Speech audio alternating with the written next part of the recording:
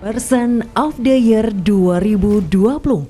Penghargaan diberikan kepada Sri Wijayawati Esos MSI selaku Kepala BKAD Kabupaten Cirebon sebagai inspirator pengelolaan keuangan dan aset daerah.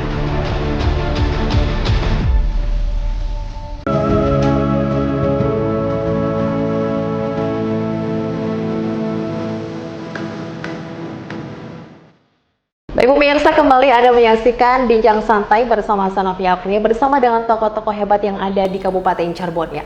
Untuk bisa membangun, meningkatkan kemajuan di wilayah Kabupaten Cirebon butuh tokoh-tokoh hebat. Saat ini saya akan berbincang bersama dengan tokoh hebat yang sangat luar biasa, wanita tangguh ya. Ini menginspirasi semuanya untuk bisa mengikuti jejak beliau. Oke, kita akan berbincang bersama dengan Ibu Sri Wijayawati Esos MSI selaku Kepala Badan Keuangan dan Aset Daerah Kabupaten Cirebon. Assalamualaikum Ibu. Waalaikumsalam, Mbak Novi. Oke, selalu ceria, cantik dan pastinya juga bersemangat. Amin. Harus ya Bu ya. Harus. Oke, Ibu, mohon maaf nih Bu ya, kita mengganggu aktivitas Ibu yang padat nih. Iya. Setiap harinya selalu padat? Padat, Mbak. BKAD mah pasti pulangnya di atas maghrib. Waduh, ini dengan angka-angka begitu ya Bu ya? Atau bagaimana?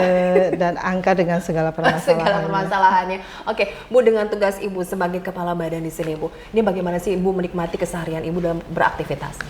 Alhamdulillah, saya selaku Kepala Badan Keuangan Aset Daerah terbantu oleh tim, Mbak. Jadi segala permasalahan ini kalau kita menyelesaikan sendiri sepertinya tidak mungkin, karena kita adalah satu organisasi menyelesaikan satu masalah bareng-bareng, karena permasalahan di Badan Keuangan Aset Daerah ini dari ujung sampai ke akhir harus menjadi satu laporan keuangan yang nanti kita akan mendapatkan opini dari BPK. Alhamdulillah, dari mulai penganggaran, dari mulai penata usahaan sampai ke pengelolaan barang milik daerah, kita semuanya saling support.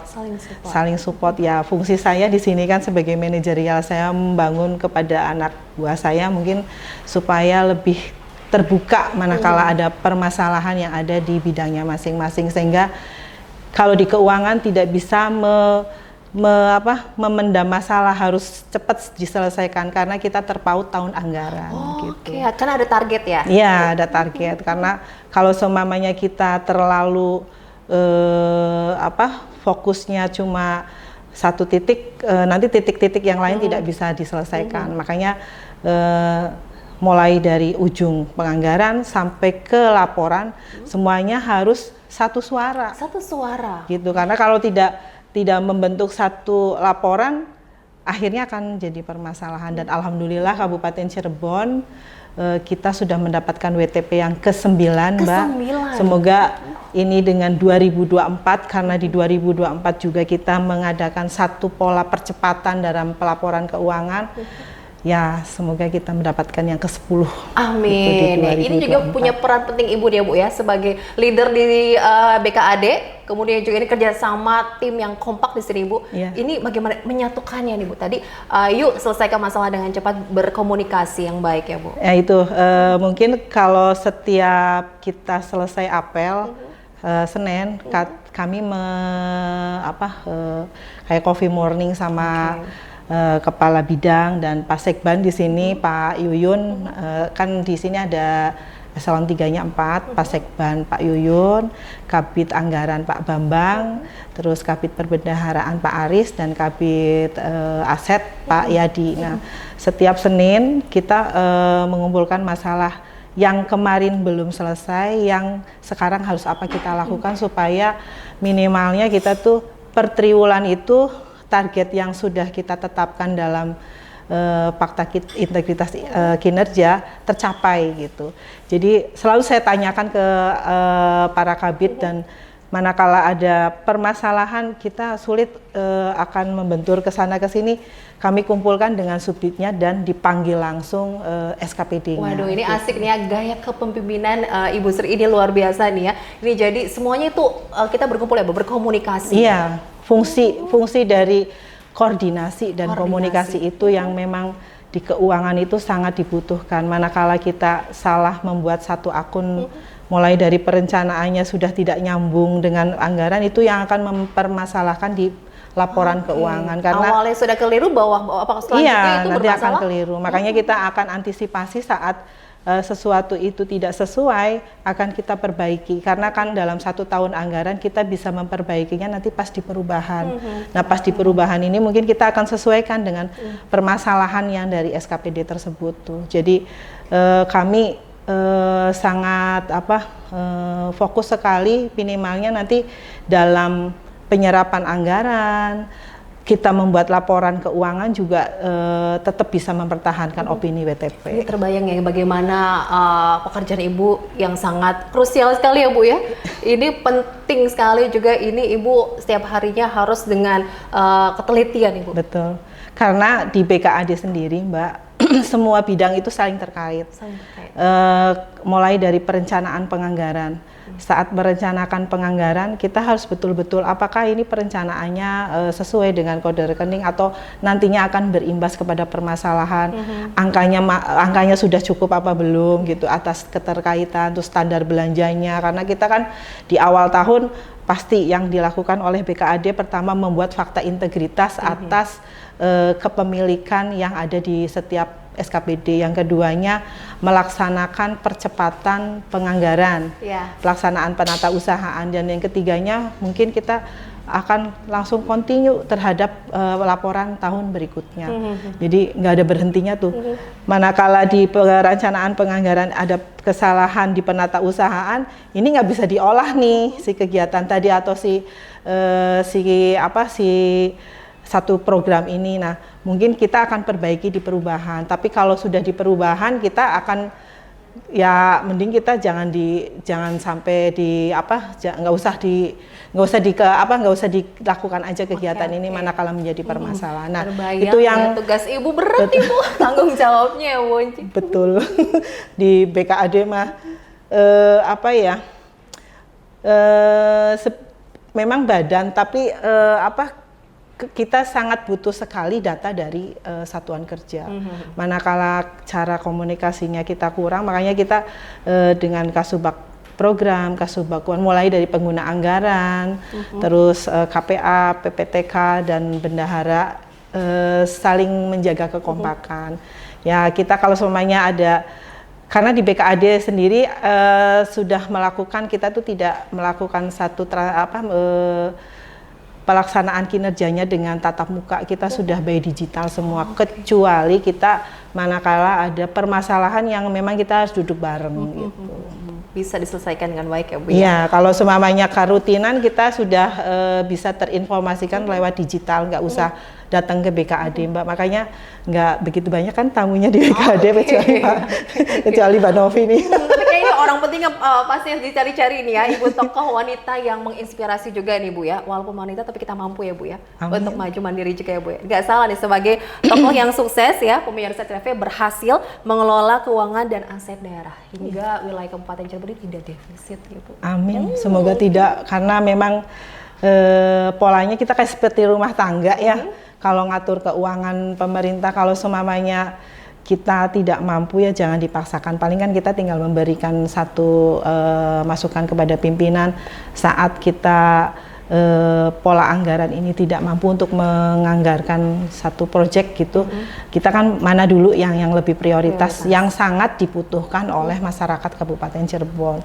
Seperti kita rumah tangga lah, kita prioritasnya mau apa dulu nih gitu, apa rumah dulu, mobil dulu, atau makan. Pasti kan makan, karena kan kita butuh hidup. Nah, dari uang budget kita yang keterima ini, makan cukup berapa? Nah, selebihnya apakah kita harus punya kendaraan karena mungkin jarak rumah kita ke tempat kerja jauh atau bagaimana? Nah, pastikan yang pertama kan makan, papan pangan sandang ya. Nah, setelah itu pendidikan. Nah, setelah itu mungkin bagian yang tidak prioritas kalau kata saya sih kendaraan. Semua perencanaannya secara matang ya Bu ya? Iya Mbak. Kalau di keuangan pokoknya satu rekening itu bisa bercerita gitu. Makanya kalau kita membuat satu kegiatan yang asal-asalan, nanti bercerita di laporan keuangan. Kalau di laporan keuangan itu filternya akan halus sekali karena udah disaring melalui berbagai maksudnya ada kajian juga, ada rekon juga. Kalau angka itu terbentuk mulai dari perencanaannya sudah betul sampai ke laporan ke akhir pelaporan kita, laporan keuangan juga betul, dan insya Allah BPK juga nggak akan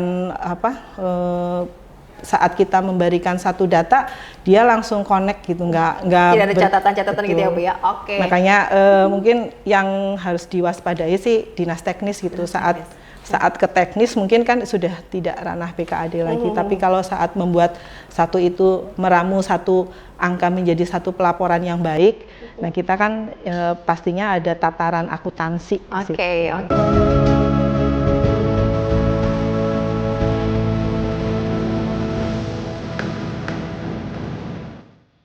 Oke, Ibu terbayang nggak sih Bu saat dulu kecil Ibu akan mengerjakan tugas yang berat ini Bu? Tidak terbayang saat kecil dulu. Oke, memang dulu cita-citanya apa sih? Saya cita-citanya kepengen jadi pramugari. Pramugari, wah sesuai ya parasnya cantik ya. Ini luar biasa dedikasinya. Kalau tanya pramugari, iya. Soalnya waktu kecil tuh kakak saya kan pernah ikut dia pernah ikut di salah satu maskapai itu kan. Kelihatannya tuh rapi gitu, terus ya tadi kata Mbak cantik kan, kalau perempuan seneng ya kalau cantik. Nah sepertinya tuh nggak pernah pokoknya kelihatan dilihat ya Bu ya, nggak kulemek gitu. Betul. Kayak Mbak Novi kan cantik terus ya. Jadi Ibu pengen jadi seperti kakak dulu ya Bu, jadi pramugari juga ya. Dulu saat itu. Sekarang kan berubah posisinya ya ini itu, Bu, makanya strategis berubah. Iya, agak kepikir Mbak, saya bakal ke Cirebon juga karena kan saya aslinya sebenarnya Purwokerto. Dari Purwokerto merantau dong ya Bu Kaban? Waktu itu saya ikut kakak saya kakak saya itu kan kerja di Majalengka. Nah, waktu itu karena ada ya kan saya mah bukan anak kolong gitu, anak polisi. Suami saya juga polisi, saya anak polisi gitu. Nah, berarti didikan keras nih Bu, tegas nih dari ayah? Kayaknya belum pernah dididik sama ayah, karena pas kelas 1 SD saya udah ditinggal beliau gitu. Jadi sama ibu teruslah, ibu yang didik saya sampai saya seperti inilah. Nah, pas SMA itu saya diajak, setelah lulus kuliah saya diajak sama kakak saya untuk nemenin karena dia punya anak kecil. Nah, saya anaknya termasuk yang tidak mau diem gitu. Aktif terus. Iya, jadi kalau saya ikut tapi saya harus ada yang saya kepengen ada yang bisa saya kerjakan gitu. Akhirnya saya daftar pertama PNS itu di Majalengka, Mbak. Majalengka. Iya. Nah, kemudian bagaimana peruntungan Ibu di sana? Ya, alhamdulillah pas di sana tuh saya langsung diajaknya langsung masuk di tataran di sekitar pimpinan. Saya menjadi asisten pribadinya. Waktu itu Pak Bupatinya Pak Adam Hidayat. Sampai saya meminta mengundurkan diri. Maksudnya saya nggak mau di asisten karena kan sudah berkeluarga. Terus suami saya pindah ke Cirebon gitu. Jadi waktunya tersita gitu ya Bu ya? Iya. Sebagai asisten ya Bu? Iya gitu. Terus saya pindah ke Cirebon mengikuti suami karena suami tugasnya di Polri gitu. Dan sampai dengan saat ini ya sampai kayak gini gitu. Pas masuk ke Cirebon saya tuh di stafnya Pak Nuryaman Novianto almarhum. Awal karir di Cirebon tahun 2000 saya masuk ke Cirebon tuh. Sebelumnya saya di Majalengka gitu. Tapi saya di Majalengka. Kisahnya Ibu nih, karirnya Ibu ya dengan bukan asli orang Cirebon tapi luar biasa sukses nih Bu. Boleh dong ada diceritain lagi Ibu ya? Boleh, kita mau tahu lebih dalam mengenal Ibu Sri Wijayayanti ini dengan bagaimana saat Ibu merintis karirnya, kemudian juga saat ini ada di posisi yang luar biasa strategis. Oh iya. Lebih dalam lagi. Saya pas menduduki satu jabatan, inspirasinya itu dari Pak Zainal Abidin, Pak Joni tuh, Pak Joni almarhum. Nah waktu itu saya ditantang, waktu itu saya masih bendahara Mbak. Bendahara PKD dulu kan Badan Kepegawaian Daerah. Nah ditantang sama Pak Joni waktu itu, kalau kamu bisa lulus sertifikasi barang jasa, minimalnya bisa ngelebihin level pejabat yang di BKAD, nanti saya kasih reward gitu. Nah, Semangatnya diri Ibu ya? enggak, pas itu saya sih coba-coba, kan pada nggak mau lulus tuh, sertifikat barang jasa. Nah, saya masuk ke level 4 gitu. Akhirnya nggak tahu kenapa Pak Joni udah nanti jadi Kasubag Keuangan di BKD waktu zaman Pak Joni almarhum. Terus berkembang waktu itu Pak Dudung masuk kan ya, Pak Dudung ke Sekda, saya ditarik ke Kasubag Perbendaharaan. Itu kali pertama sejak lama itu nggak pernah ada Kasubag perempuan di keuangan. Ibu yang pertama? Saya yang pertama, setelah Pak Hadi. Nah, saya masuk jadi Kasubag Perbendaharaan waktu kabagnya Pak Tambak. Nah, sewaktu di keuangan saya kayak kok kerjanya seperti ini gitu. Seperti ini bagaimana Ibu? Menyenangkan? Bukan, jadi kita seperti mesin gitu loh. Karena volume kerjanya banyak, akhirnya sering lembur. Nah, di situ saya membuat beberapa perubahan di keuangan tahun 2014. Saya pas masuk keuangan tuh saya menemukan banyak sesuatu yang masuk ke kas daerah. Tapi ya itu jadi nilai baik lah ya. Maksudnya nggak kepengen minta gimana-gimana. Pertama waktu itu banyak sekali ASN, PNS dulu yang salah dalam penggajian, double, ada yang sudah tidak masuk tunjangan, saya dapat 1 miliar waktu itu pengembaliannya, sampai ke sekarang juga masih ada yang hutang ke kas negara. Nah, terus yang keduanya saya meinikan tentang manajemen kas. Nah, di manajemen kas ini kan kita kan kas selalu banyak nih, tapi tidak bisa di manajemen. Saya belajar ke beberapa daerah, ada yang bisa saya ambil adopt. Dari nilai target yang cuma 6 miliar, pas saya masuk di situ bisa 39 miliar. Wow. Naik tuh. Naik, luar biasa ya. Nah, ya dengan berbagai inilah, maksudnya kan kalau manajemen kas kan dibolehkan dalam peraturan pengelolaan keuangan, manakala ada idle, kita manfaatkan, toh pendapatan itu untuk pembangunan Kabupaten Cirebon gitu. Saat itu kita pas Pak asistennya Pak Wawan Setiawan itu, kita termasuknya saya tuh mendobrak itu tentang manajemen kas, tentang kas yang ada idle di kas daerah, memanfaatkannya tapi menjadi satu pendapatan asli daerah, dan nilainya ya, Bu, ya? Dari 6 miliar saya masuk ke situ 39 miliar. Cuma beralihnya waktu ke sini kan mungkin otoritas OJK-nya kan berbeda-beda kebijakan, akhirnya kita menyesuaikan, tapi itu menjadi satu pola sampai sekarang, walaupun mamanya dinilai menurun tuh, tapi pola memanajemen kas idle kas idle itu bukan berarti kasnya diem gitu. Jadi kalau uang masuk ke kas daerah kan tidak semuanya bisa langsung tersalur. Pasti kan karena ada perencanaan.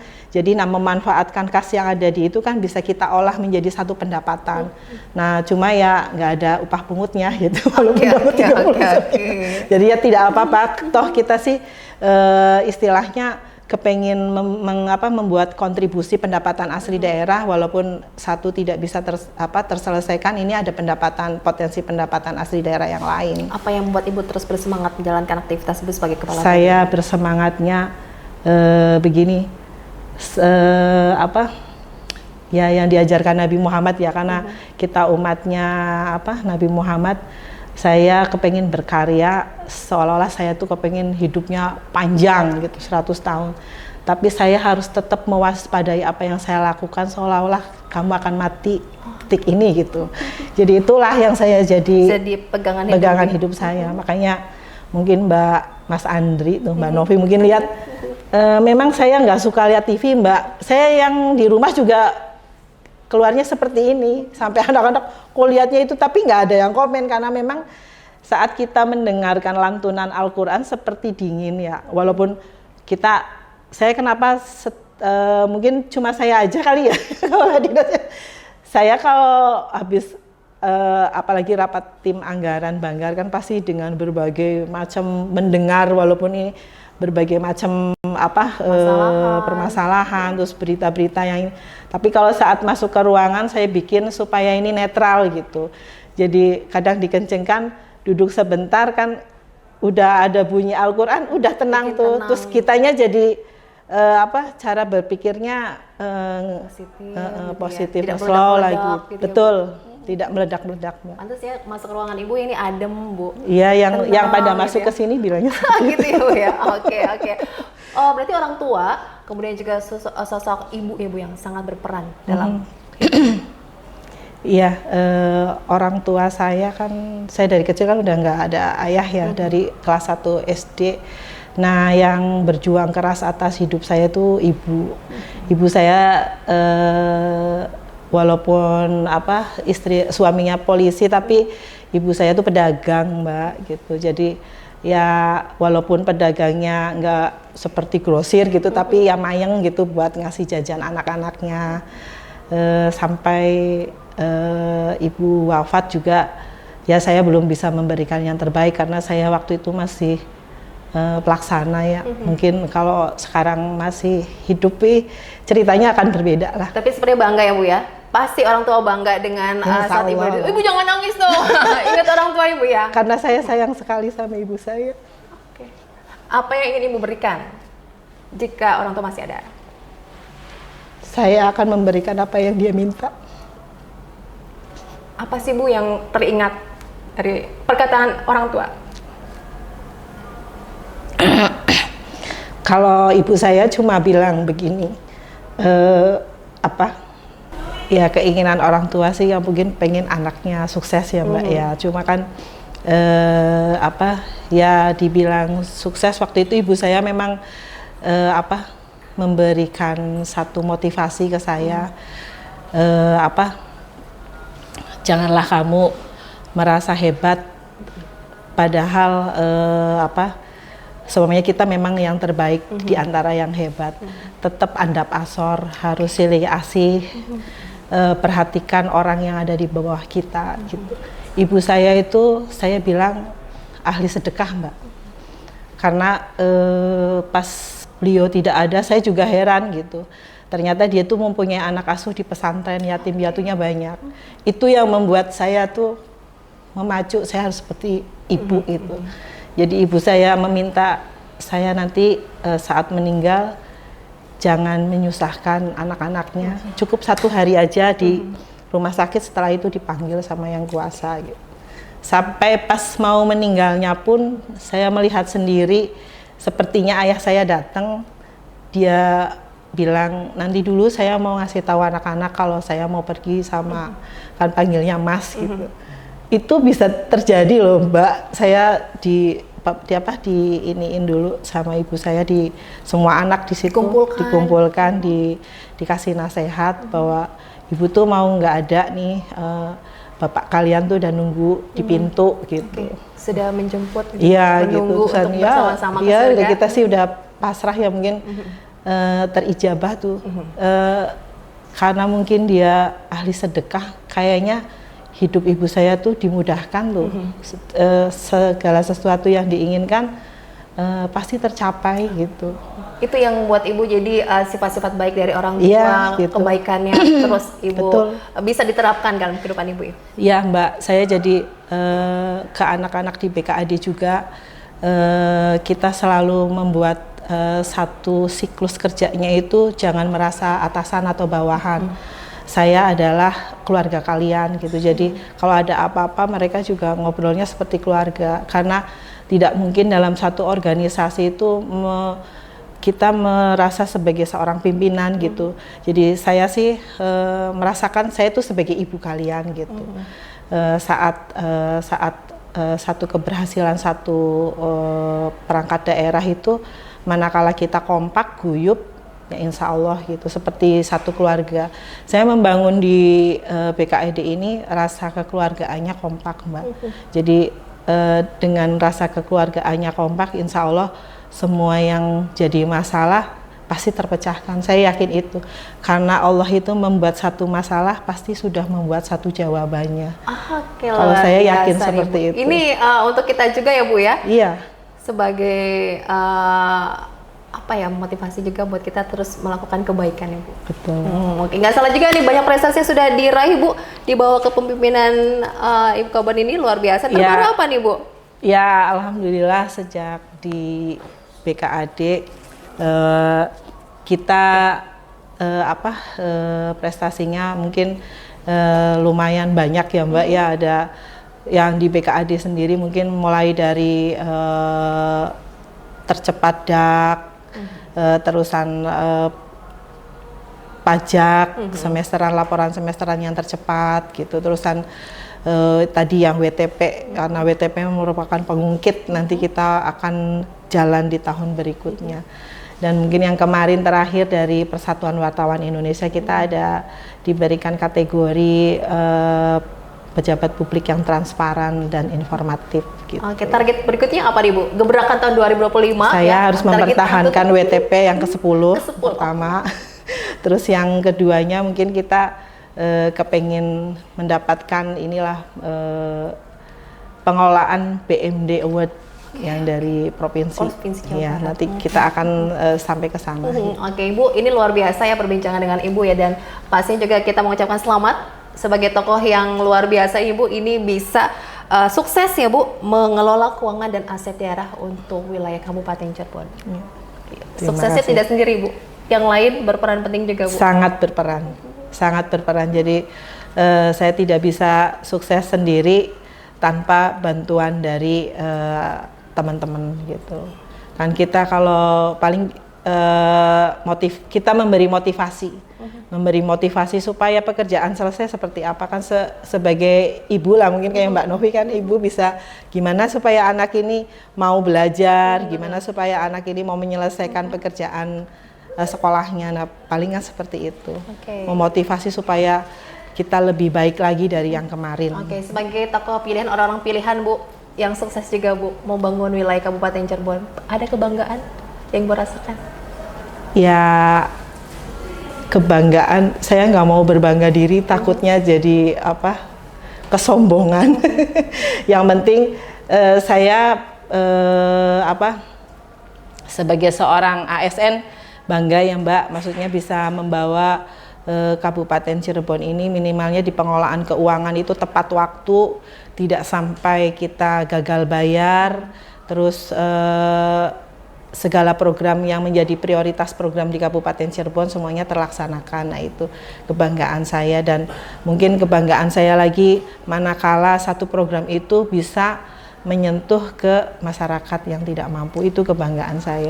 Oke, semoga niat baiknya, tulusnya Ibu ya luar biasa untuk warga Kabupaten Cirebon bisa dirasakan semuanya. Amin. Oke, sukses buat Ibu. Ya. Sehat selalu ya Bu ya. Ya, Terus ya. berikan yang terbaik pastinya. Oke, semoga nanti kita bisa ngobrol lagi lebih dalam lagi ya Bu. Ya, Oke, sebagai Person of the Year 2024. Selamat Ibu. Kita ketemu lagi di lain kesempatan. Terima kasih, sampai jumpa.